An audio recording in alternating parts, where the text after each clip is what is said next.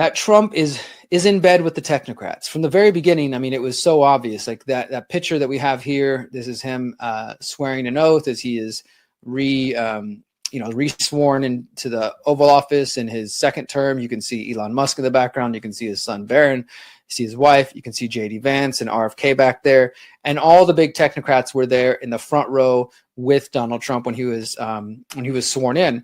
And I started out the year with a Independent Media Alliance panel, which that's another thing. In 2025, the IMA, we did half dozen or more panels throughout the year, not just about Trump, but about AI, about digital IDs, about all kinds of important issues. And we started out the year making some 2025 and Trump 2.0 predictions. I think if you guys go back and look at this, you will find that we were right about everything that we talked about.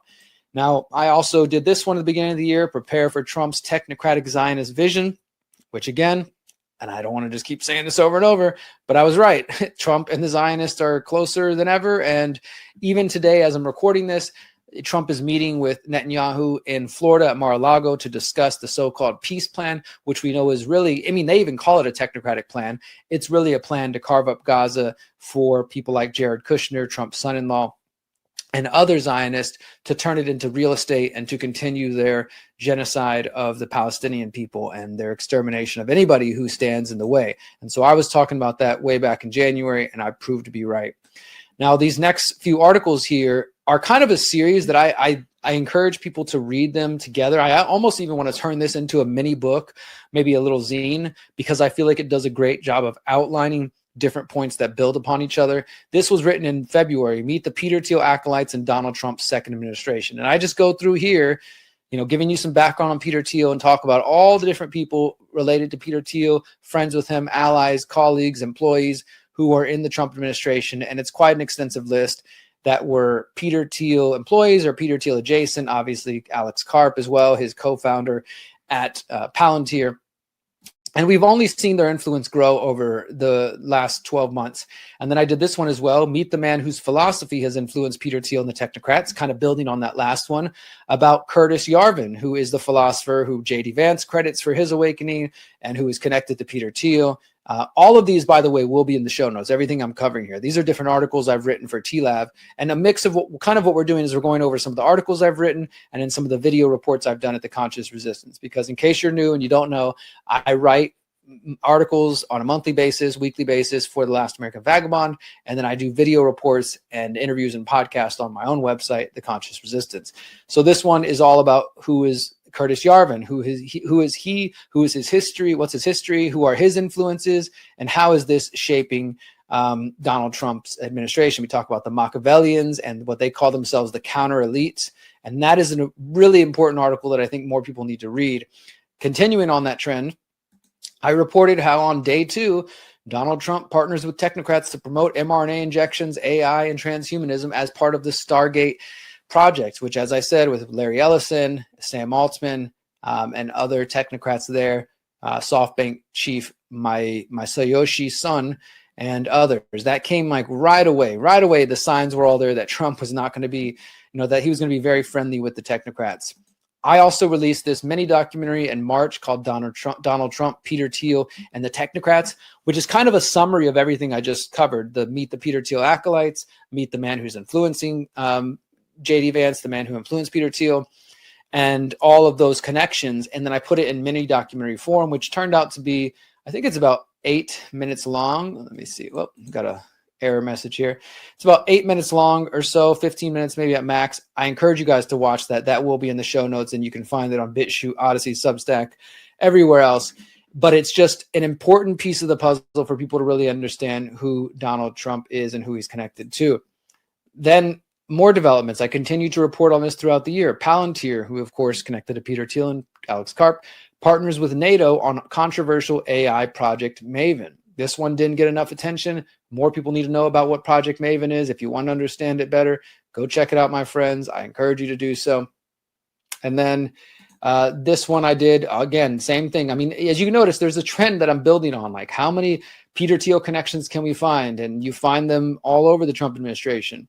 This one is a bit of background. It's called Doge is Efficiency, a Gateway to Technocracy, and how the Department of Government Efficiency, when Elon Musk was there, that a lot of people praised, and in the end, most people realized didn't actually do the things he claimed he was going to do. But my argument was that, okay, they're claiming they're going to make government more efficient, but that's not so they can make it more efficient and obedient to the people. It's because they're trying to build a technocracy. And I do a little bit of a brief history on technocracy here, and then show that the movement that actually preceded the technocracy movement is known as the efficiency movement, which I hadn't heard of until a viewer had turned me on to it and told me about it. And I learned more about it. It's like, wow, yeah, these efficiency movement folks who came before the technocrats, they greatly influenced everything that we're seeing happen today. And even more connected to that, you have something called Taylorism, which was the predecessor to the efficiency and technocracy movement. So a lot happening there. But I think if you want to know the history of these movements, this article, Doge is Efficiency, a Gateway to Technocracy, is a great read here. This one, Welcome to the Palantir World Order, was me kind of just, it was sort of a part two to my other one, Meet the Peter Thiel Acolytes in the Trump administration, because it came a couple months later. And by that point, we started to kind of have a better idea of all the people in Trump's administration. So this one I wrote in April. So this is a couple months after Trump's already in office, and we've got a better handle on the whole situation. And this one looks at, again, just a list of SpaceX and Palantir. They're going to create a golden dome over America. Palantir is helping locate immigrants for Trump administration. Palantir partners with the IRS. Peter Thiel and nuclear energy. Overhauling the U.S. government's payment system, blind support for Israel. All of this stuff is connected to Peter Thiel and to Palantir. The Doge Thiel connection, which I also covered in this video here, the Doge Peter Thiel connection. There's Peter Thiel and Elon Musk back in the day with their original website, x.com and PayPal that they helped found. So I covered that there. And I just go through a list of all the different people who are connected again to Peter Thiel, Bilderberg, Palantir, etc., and how we're at the brink of a Palantir world order, and more people need to wake up to that. This, I think, is one of my most important and most well-received articles of 2025. If you haven't seen that one, do check it out in the show notes. Then I looked at how the real ID, voter ID, and digital ID are kind of all tied together in different ways, and that this is the future of American identification. Now, of course, we know that Trump didn't start the Real ID program. This was going on since, since 2005. It's been happening way back then, post 9/11, but it's been passed down and kicked down the can. It did, come into full implementation, at least partially, in May of this year, and it's going to continue throughout the rest of Trump's term. And what I argue in this article is that the Real ID and the push for voter ID to secure the elections is all tied to an eventual digital ID, likely in the form of what they're calling digital driver's license or mobile driver's license. Again, I think an underread article, one that more people need to recognize. And I want to remind you, everything I'm covering here, this is just in my second story of technocracy and Trump. These are all the different ways throughout 2025 that I've noticed that I was following the trends of Trump and the technocrats collaborating together to build the technocratic surveillance state. I wrote this one in August. Big tech and AI firms are winning, in quotations, under Trump's second administration. And again, Trump, talking about the different things Trump has done, the Technocratic AI action plan, Trump's Technocratic health tech plan, that RFK wants everybody wearing wearables and things like that. There's so many different angles to this, and it really is hard to keep up. And because of that, I actually wrote a 3-part series starting in, I think it was September, October, called The Technocratic Trump Administration, which I tried to do a bit of a recap of everything that we saw throughout the first year of Trump. And obviously more has continued. But this one, part 1, is focused on public-private partnership. Part 2 is about Trump administration pressuring and consolidating the media with his allies, his Zionist technocratic allies. And then part 3 is about the Zionist infiltration and how that continues to expand under Trump. So each of those articles, every one of those 3 in this series, Technocratic Trump Administration, which will be in the show notes, is worth your time. They each have so many different pieces of the puzzle. And I know I'm giving you a lot of information here, but I put out a lot of content and I want you to be as most informed as possible. So once again, everything will be in the show notes for you to review at your own leisure. Now, I did this interview back in March with Ian Carroll, and I tried to get Ian to do another one in October, because in October 2024, right before the election, We did a very big podcast together where we kind of had a little bit of a slight debate about why Ian was going to vote for Trump no matter what and support RFK through Trump, and how I was saying, dude, look at the Peter Thiel connections, look at the Palantir connections. There's a lot of things to be skeptical. And he went ahead and did it anyways and told his people to support him.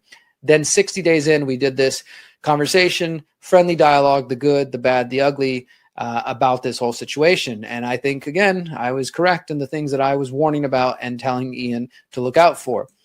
I also reported in June, Detachment 201, the merger of big tech and the U.S. Army, how the Trump administration has initiated with the U.S. Army a first of its kind partnership with executives from big tech firms, including Palantir, Meta, and OpenAI. They called it Detachment 201, the Army's Executive Innovation Corps. That's a short little article that I put together here at theconsciousresistance.com that I encourage you to check that out in case you missed that one, because again, this line between government and so-called private sector surveillance tech is so thin already, but now this is like a merging of the military with these folks, which isn't a surprise, as what I reported earlier, how NATO is working with Palantir on this AI project, Maven. I mean, it's just becoming one giant blob of nastiness. And then over the summer, Trump was very much promoting his big, beautiful bill, which I call the Big Brother bill. And I wrote this article, how it's expanding the U.S. surveillance state. And I go through there and just talk about all the different pieces of it that were included in the big, beautiful bill that will and continue to expand the surveillance state, specifically as it relates to the border and things of that sort. So I encourage you to check that one out. That was from the summer. Trump's Big Brother bill expands the U.S. surveillance state.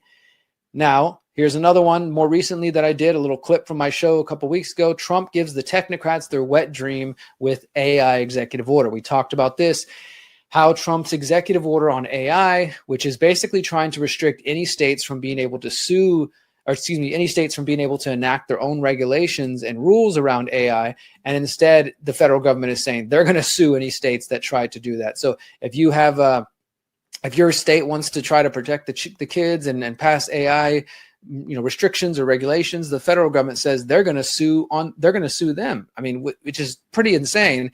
And then you can see here, while he's signing the AI executive order, he's got David Sachs, he's got Howard Lutnick, who are some of the Palantir, Peter Thiel, swamp creatures, acolytes that I've warned you about in my previous reporting here.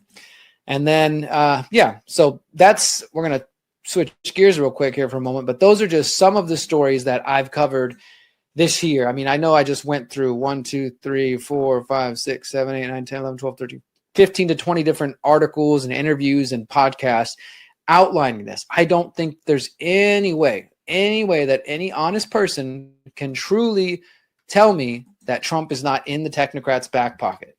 What I've heard throughout the year, though, throughout 2025, and I'm sure you guys have heard it too out there in social media land, is, Derrick, keep your friends close and keep your enemies closer. Oh my God, if I hear that again in 2026, I'm going to blow my brains out. I mean, it's just the level of coping and of cognitive dissonance and ignorance is just off the charts, guys. But this is what we're facing, people who don't want to deal with reality. I think the evidence is abundant. I just went through briefly reports that I did over the last year of the first year in Trump's second term. And it's obvious, it's clear, okay? Since 2012, the Conscious Resistance Network has been an independent media organization focused on empowering individuals through education, philosophy, health, and community organizing. We work to create a world where corporate and state power do not rule over the lives of free human beings. Our motto is leading by example and helping others in their pursuit of freedom. Visit theconsciousresistance.com to find our articles, documentaries, interviews, podcasts, books, and more. Remember, you are powerful, you are beautiful, and you are free.